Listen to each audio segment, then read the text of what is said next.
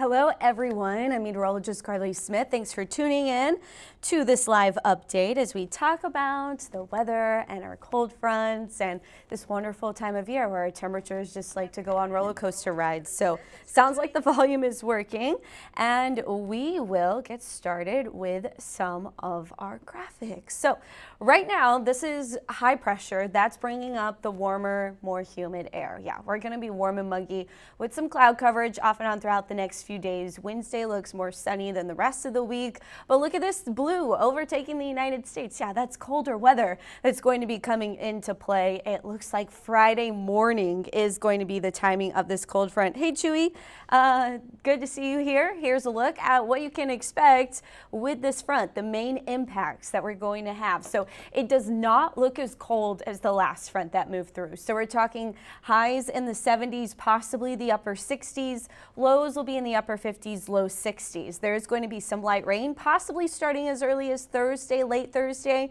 a few storms into early Friday. Storms may be possible. That could lead to higher rainfall totals. We'll break down what that means coming up in just a second. But the wind right now looks about 30-mile-per-hour gusts. Typically, the wind speeds do increase as the front gets closer. So we could have more 35 to 40-mile-per-hour gusts, especially if we do start to see some thunderstorms moving in. So right now, here's your wind gust forecast. As far as Thursday goes, we still have that onshore wind. Good morning, Martin. Thanks for joining. And we are going to see that cold front moving through Friday morning. So by 9 a.m., winds have shifted out of the north. We may briefly have a northwest wind with the front for anybody hoping to catch some waves early Friday. But then as we continue throughout the day, those winds are going to continue to still stay about 25 to 30 miles per hour. So strong winds on Friday, winds still on the breezy side Saturday, calming down a bit as we head into your Sunday. Rainfall's going up Friday. I put a 50% chance. We may continue to knock that up. The 11th, Benjamin, I know you've been asking about that a lot. It's now on the 7-day. It does look like the rain should be coming to an end on Friday, but there's still a chance for some showers in the area on Saturday. Mostly just cloudy and cooler is what we're looking at now. I'll show you futurecasts in a minute, and that'll help break it down a little bit better for your planning, Benjamin. But thanks for watching and asking questions. I really appreciate it. So hopefully we'll get a decent answer for you, because I know it's been a few weeks out at this point. So here's the rainfall frequency. Right now it looks like anywhere between San Antonio, Houston, and up into East Texas has the best chance for more of those storms as the front is moving through. Showers are going to be possible, but a few thunderstorms, isolated storms are going to be possible in the coastal bend. Right now I'm leaning toward the lower rainfall total, closer to 1/4 of an inch, but a few of the models are starting to tap into higher rainfall totals for the coastal bend, especially along the coast. So we might add that 1 to 3 a little bit more down the coast. We'll see how the trends continue to shape up. As far as futurecast goes, so watch closely, Benjamin. Hopefully I say your name right, but Erlinda, it does look like we do have some rain on Friday. Now for playoffs, I know that's a big exciting thing taking place, football playoffs on Friday. We may start to see the rain coming to an end by the time those playoffs are getting started. But otherwise, yeah, there is some rain on Friday, unfortunately. It depends on what time. I know playoff games start at different times. They're not always right at 7, so we'll see. Yeah, Chewy, of course. It's fun doing this. What's Turkey Day look like? That's a little bit far out. We'll look at some of the climate normals that we might expect for Thanksgiving. We definitely need the rain, Nora, definitely. Could use the rain. So let's continue on now with Futurecast. So I'll make it big so you can see it because it is the whole state that I'm showing right now. So we're going to be warmer today, tomorrow, Wednesday, and even into Thursday. Thursday, we start to see more cloud coverage and a chance for some isolated showers. So that may keep our temperatures down closer to the mid to low 80s instead of the mid to upper 80s. Look at how cold the Panhandle is going to get. Futurecast tapping into some snow up there.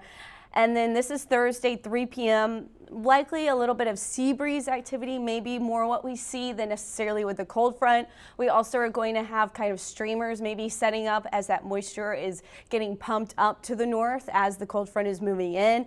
And so essentially it looks like the Dallas area tapping into a little bit of that overrunning pattern, especially with the jet stream,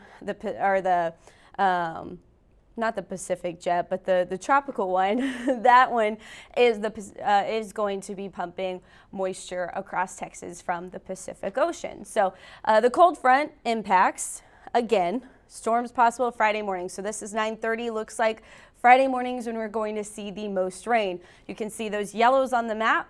That's where the heavier rainfall may wind up being, right? So essentially, that's why I put the heavier rainfall, San Antonio, Victoria, Houston, not so much Corpus Christi. But this could shift depending on where that surface low, that L, sets up. If a surface low comes into play and it digs a little bit further south, we could wind up with more of that heavy rainfall. It does look gloomy into the weekend, but we are looking at 70s and 60s for temperatures there on Friday after we're in the 80s on Thursday. So this cold front is not going to drop our dew point as much. So it's not going to feel quite as nice or quite as dry.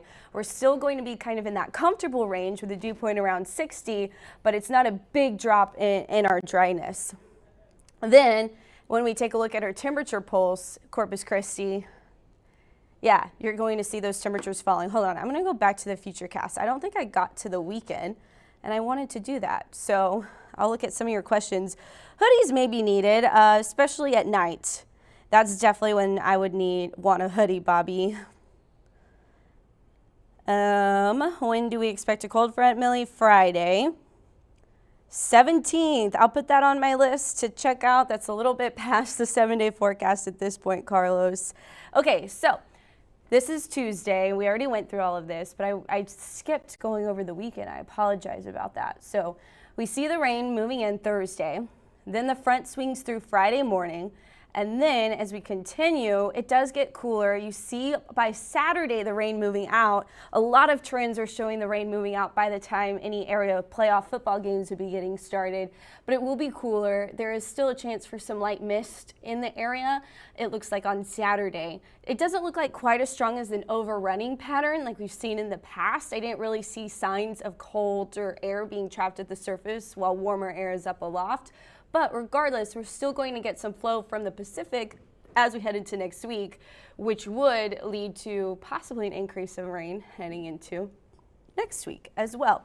So I think we see a little bit more rain Sunday versus Saturday. As I mentioned, the mugginess will be falling, but not a lot. So taking a look at our temperatures, this is what we're looking at. As I mentioned, hoodies might be needed at night, especially with our breezy conditions. It'll just be nice to have that extra layer on your skin. But during the day, 60, so it kind of depends on how easily you are cold. Sea surface temperatures are probably going to fall likely into the 60s. I don't see them quite dipping into the 50s like last time, but I guess especially in the shallower water. So yeah, anyway. Overnight, Friday into Saturday, and then Saturday into Sunday, and then probably Sunday into Monday, you might want a hoodie or a sweater, a light sweater at least. The clicker, no longer wanting to move. Here we go, wind. Wind is going to play a role as well. We've got southeast wind through Thursday, then we get the northerly wind Friday into Saturday and Sunday, shifting a bit more northeast by Sunday, but we're gonna have northerly wind. Again, it doesn't look like it's bringing in quite as dry of air, but it is going to bring in that cooler air into the area. If anyone is interested in the wave forecast, here it is. 3-foot waves right now. We're tracking about 2 to 3 foot waves through the week, at least through Thursday. But check this out. So here's our 2 to 3 foot waves, maybe a little bit of a bump up Tuesday with more of a southerly wind in place, a little bit stronger Tuesday into Wednesday. But then as we head into Thursday, we get southeast winds. Then the front swings through. Briefly, we could see some northwest winds Friday as the front is moving into the coast. And if that low develops the way the forecast models are showing, we're going to get some larger swells coming up Friday evening into Saturday and Sunday. We could have some 4 to 6 foot waves along our coastline. 4 foot is going to be likely. The higher waves a little less likely, but a few swells that high are going to be possible. Right now, it's 79 degrees. Of course. Hey, Benjamin. And of course, hey, Bobby Archer. So anyway, fog has been in the area, especially toward Hebronville, still dealing with some of that. It's going to clear out. We have a chance for some fog again tomorrow morning. So we're looking at some fog early tomorrow morning as well, just due to the southeast wind and the humidity it's causing. Wednesday, it will probably be a little bit further inland. So we're talking Hebbronville and Beeville, the best chance for that fog on Wednesday.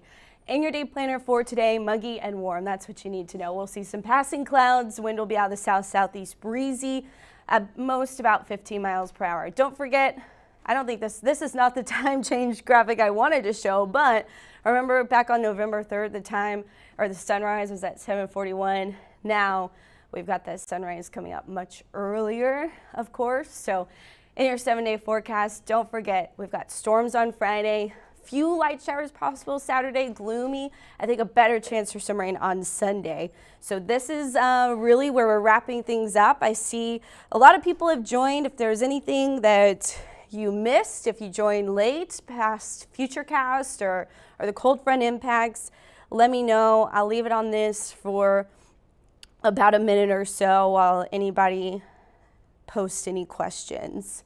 So we'll take it full, where you can see the whole 7-day. Yeah, go Cowboys, Carlos. That was a good, crazy weekend for sure.